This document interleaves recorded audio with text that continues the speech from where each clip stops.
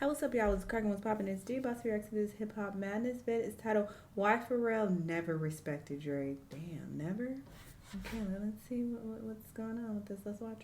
Drake is no stranger to rap feuds, with infamous clashes against Common, Meek Mill, Pusha T, and more recently Kendrick Lamar. Yet one rivalry stands out for its peculiar one-sidedness, and it's his ongoing tension with Pharrell Williams. Despite Drake's repeated taunts, sneak disses, and outright jabs, Pharrell has maintained a stoic silence, never directly engaging. And their dynamic is as puzzling as it is intriguing, with fans speculating about what keeps Pharrell silent in the face of Drake constantly trying to provoke him. But what many don't realize is Pharrell's tension with Drake actually traces back over a decade. And it didn't even begin with Drake. It started with Lil Wayne, and even before that, with Birdman. But to fully understand the roots of this ongoing beef, we need to rewind.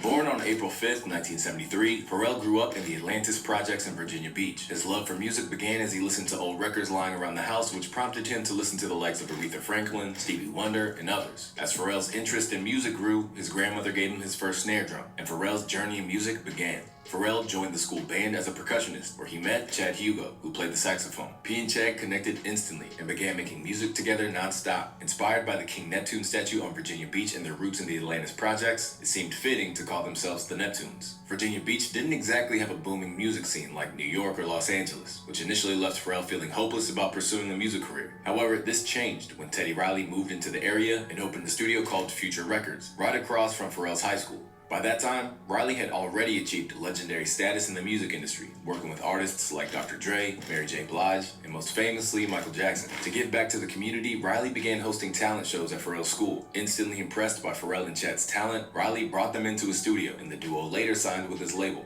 Pharrell soon found himself contributing to Riley's work on the record Rump Shaker by Rex&Effect, which earned him major writing credits for his contribution. And from there, his career began to really take off. Under Riley's mentorship, the duo honed their craft and quickly became some of the most sought-after producers and writers in the music industry. They collaborated with artists ranging from Gwen Stefani and Justin Timberlake to Snoop Dogg, producing over 24 songs that reached the US Billboard Hot 100 charts. By 2001, Pharrell and Chad Hugo had established their own label imprint, Star Trek Entertainment. The label became home to an impressive roster of talent, including Khalees, Robin Thicke, and Teyana Taylor, as well as a joint venture with Snoop Dogg's Doggy Style record label. And most notably, Star Trek signed the rap duo Clips. Oh, this bitch is iconic. Pharrell's and Chad's innovative production style was gaining serious attention far and wide, including from none other than Birdman, who wanted to capitalize on the fresh, game-changing sound the Neptunes were bringing to the table. The song, What Happened to That Boy, came to fruition as the Cash Money and Star Trek camps came together on one of the biggest songs of the year. The track's infectious production and unconventional flows from both Birdman and Clips made it an instant hit. While the track was a success, it also became the starting point for Pharrell and Pusha T's long-lasting beef with Cash Money. Basically, Birdman, who was notoriously known for being frugal with his money, reportedly never paid Pharrell or Chad Hugo for the instrumental of What Happened to That Boy. This financial slight would create the divide between Pharrell and the Cash Money camp. From that point on, tensions escalated between Birdman and Pharrell and their respective crews. This included Pusha T and the rest of Clips on one side, and Cash Money artists like Lil Wayne on the other. The situation worsened in 2005 when Lil Wayne entered the picture. He initially asked Pharrell for a Millionaire Boys Club outfit to wear in a music video, but Pharrell refused, still understandably bitter for not being paid for the What Happened to That Boy beat. Undeterred, Wayne purchased the clothes himself and rocked them in his video anyway. In the 2006 Smack DVD video, Wayne even doubled down by rocking Bape, another brand Pharrell had deep ties to through his friendship with Japanese designer and owner Nigo. To top it off, Wayne flaunted his all Bape look on the cover of Vibe magazine to continue getting back at Pharrell. The feud escalated musically in 2006 when Clips and Pharrell responded with the track Mr. Me Too. The song took direct shots at Wayne, with No Malice delivering the cutting line, "Bite the style from the shoes to the watches," and Lil Wayne didn't hold back in his rebuttal. In a now infamous 2006 interview with Complex, he dismissed Pharrell outright, saying, "Who the f is Pharrell? Do you really respect him? That wore Bapes and y'all thought he was weird. I wore it and y'all thought it was hot. Come on now. That walked around with that looked like you. Y'all thought he was crazy. If I did it, y'all gonna think these are killers." After dissing Pharrell, Lil Wayne continued a beef that was already 5 years old. However, Pharrell never officially responded to these remarks. Understandably, Clips defended Pharrell, but the beef would be dormant for a couple of years until a newcomer entered the industry.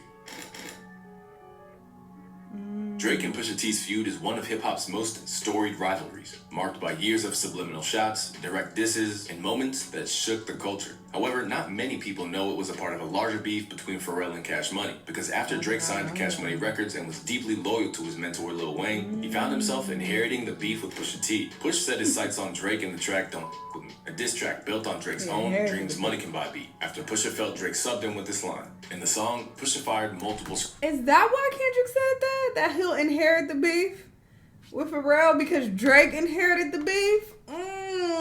Layers. shots, including a jab at Drake's lyric writing and a critique of his unwillingness to confront Kanye West and Jay-Z directly. The rivalry continued for a while, with sporadic shots traded between the two on various tracks from 2013, but the beef reached its boiling point in 2018, when Pusha released Daytona. The closing track, Infrared, reignited the feud by accusing Drake of relying on ghostwriters. Drake quickly responded with Duppy Freestyle, which, as we all know by now, prompted Pusha T to release arguably one of the most brutal diss tracks in hip-hop history with The Story of Adagon, resulting in Drake's first public L. But this is where things start to get interesting, because 3 years on from Drake's 2021 feud with Pusha, after the passing of Virgil Abloh, Pharrell was named the new creative director of Louis Vuitton, and this didn't sit well with Drake.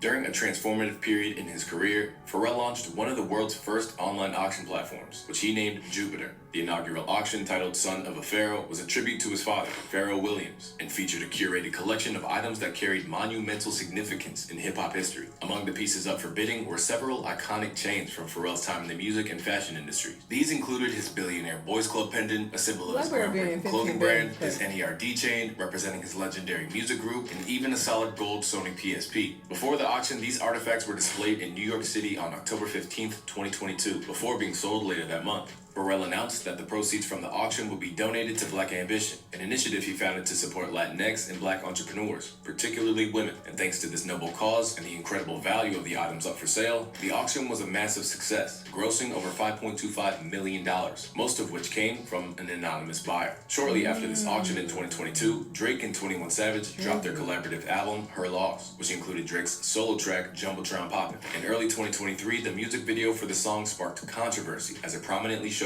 Pharrell's iconic jewelry and auctioned items. From start to finish, Drake flexed these pieces, making it clear he had purchased nearly every notable chain from the Son of a Pharaoh auction. The video was filled with shots of Drake flaunting Pharrell's chains, a move seemingly intended to taunt him, and despite his deliberate effort, Pharrell chose to keep it classy and not respond to Drake's antics. Later in 2023, Drake took the rivalry further on the track Meltdown from Travis Scott's album Utopia. This time, Drake dissed both Pharrell and Pusha T with the lines that made his intentions crystal clear. My schedule is out. Come spin us. For real. Man, forget all that spinning the narrative stuff. I melt down the chains that I bought from your boss. Give a damn about all of that heritage stuff. Now, Drake obviously doesn't hold back here, with fans speculating that his emphasis on the words "for real" was a subtle nod to Pharrell, especially since he immediately launches into a diss aimed squarely at Pusha T. Drake taunts Pusha by referring to the jewelry he bought from Pharrell's auction, mocking Pusha T by calling Pharrell his quote-unquote boss. And since Pusha T was signed to Pharrell's label Star Trek early in his career, Drake uses this connection to demean both Pharrell and Pusha, diminishing the significance of Pharrell's jewelry by threatening to melt it down, a statement underscoring how little he values Pharrell's legacy and heritage tied to Pharrell's contributions to hip-hop. But Drake didn't stop there. Drake is petty. I knew about this, but I didn't know the details. I didn't know he bought damn near every item. I thought he just bought a chain. I kept, hearing that a chain was bought. So that was the emphasis. But this nigga bought every piece.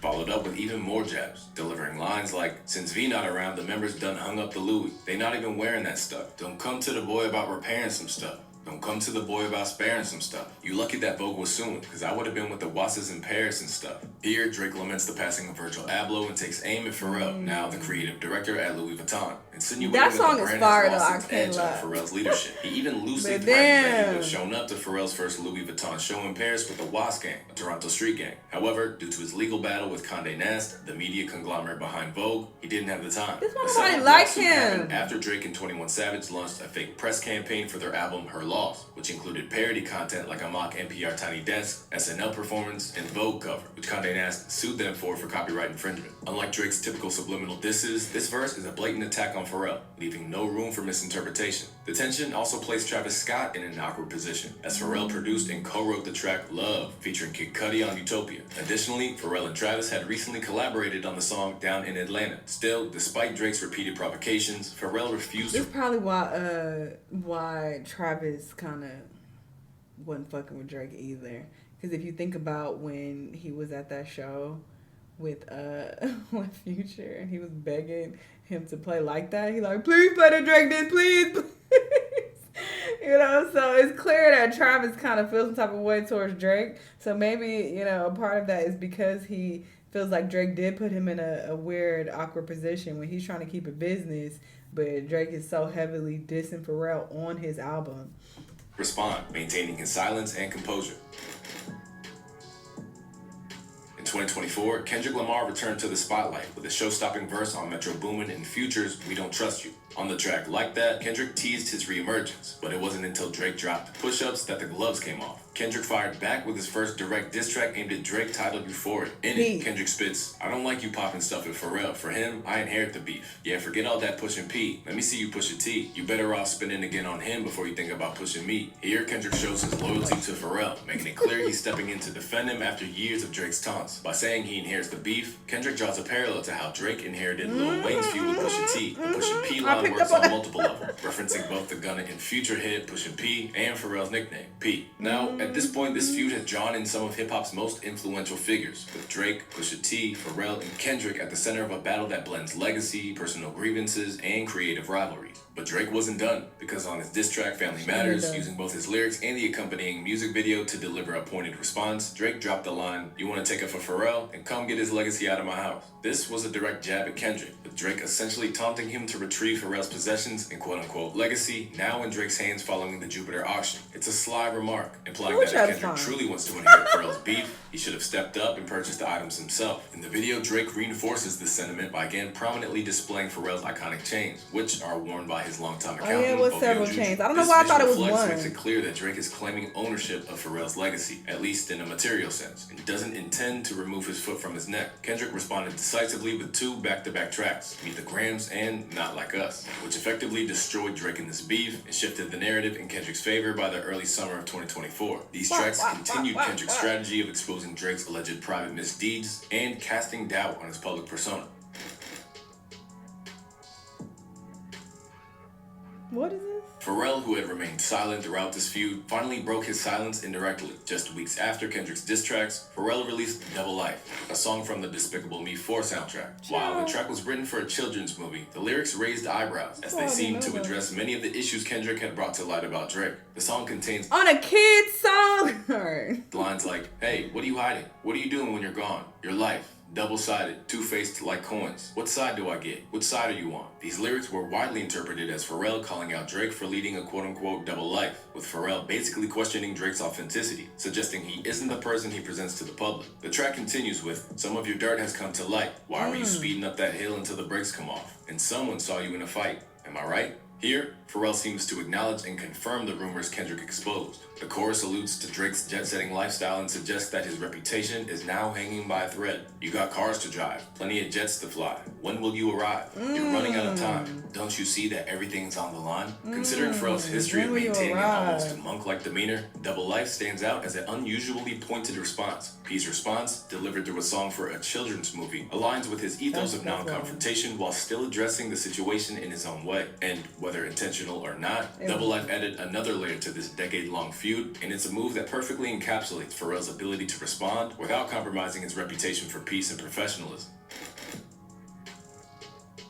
Pharrell Williams is a man of many roles. A creative director at Louis Vuitton, a key partner with Adidas, the founder of a skincare line, an advisor to Nigo's brand Human Made, and he's still a prolific music producer for artists across the industry. His ventures span far beyond music, even including a unique biographical collaboration with Lego to create a movie about his life. With so many business partnerships and creative endeavors, Pharrell has mastered the art of maintaining a clean track record and preserving his relationships. And this was on full display during a recent GQ interview, where he accepted the award for Fashion Designer of the Year. When questioned about his reluctance to address controversies, Pharrell offered a thoughtful and philosophical response. Silence is an exercise. Allowing your work to speak for you is an exercise. Being okay with the fact that most people are going to miss it. Being extra okay with the fact that the people who don't miss it, who decide they want to act like it was their idea, they're going to get very loud about it. And they're going to get the credit for it. Until some of the real sleuths out there will be like, nah, here go the receipts. And you wait on that, but you stay in silence. You don't say nothing. As Pusha says, if you know, you know. Later during the interview, the discussion turned to Drake's purchase of Pharrell's iconic jewelry during the Joopiter auction.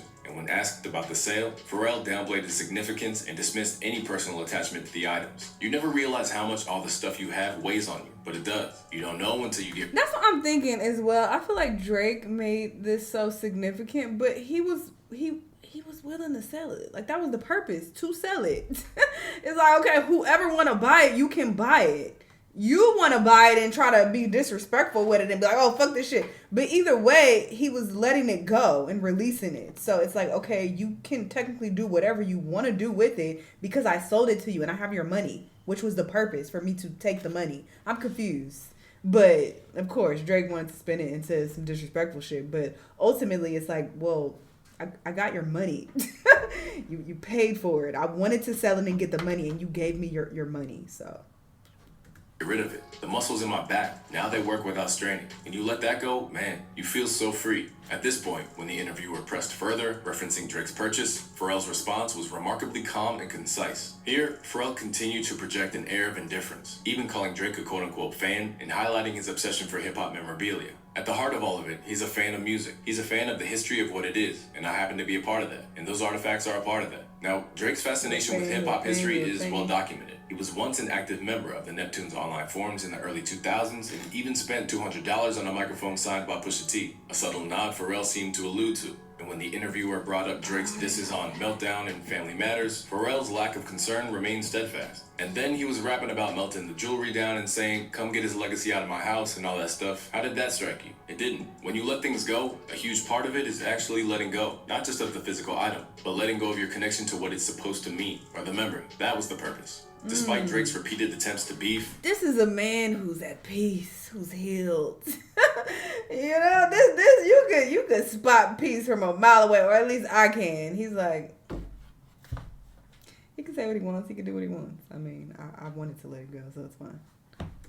Pharrell remains unbothered, focusing instead on his broader legacy and responsibilities. It's a sharp contrast to Drake, who has long been known for holding grudges, petty remarks, and This nigga ain't at peace.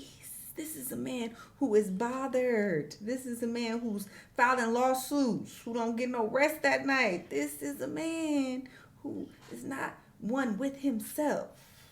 Dissing throughout his career. Meanwhile, Pharrell has faced far bigger challenges in his career, from the Blurred Lines lawsuit with Robin Thicke over Marvin Gaye's intellectual property, to his recent legal fallout with former Neptunes collaborator Chad Hugo. Pharrell has navigated controversies with grace, even under public scrutiny or facing animal rights protests at his shows. He's consistently maintained a mature and composed demeanor.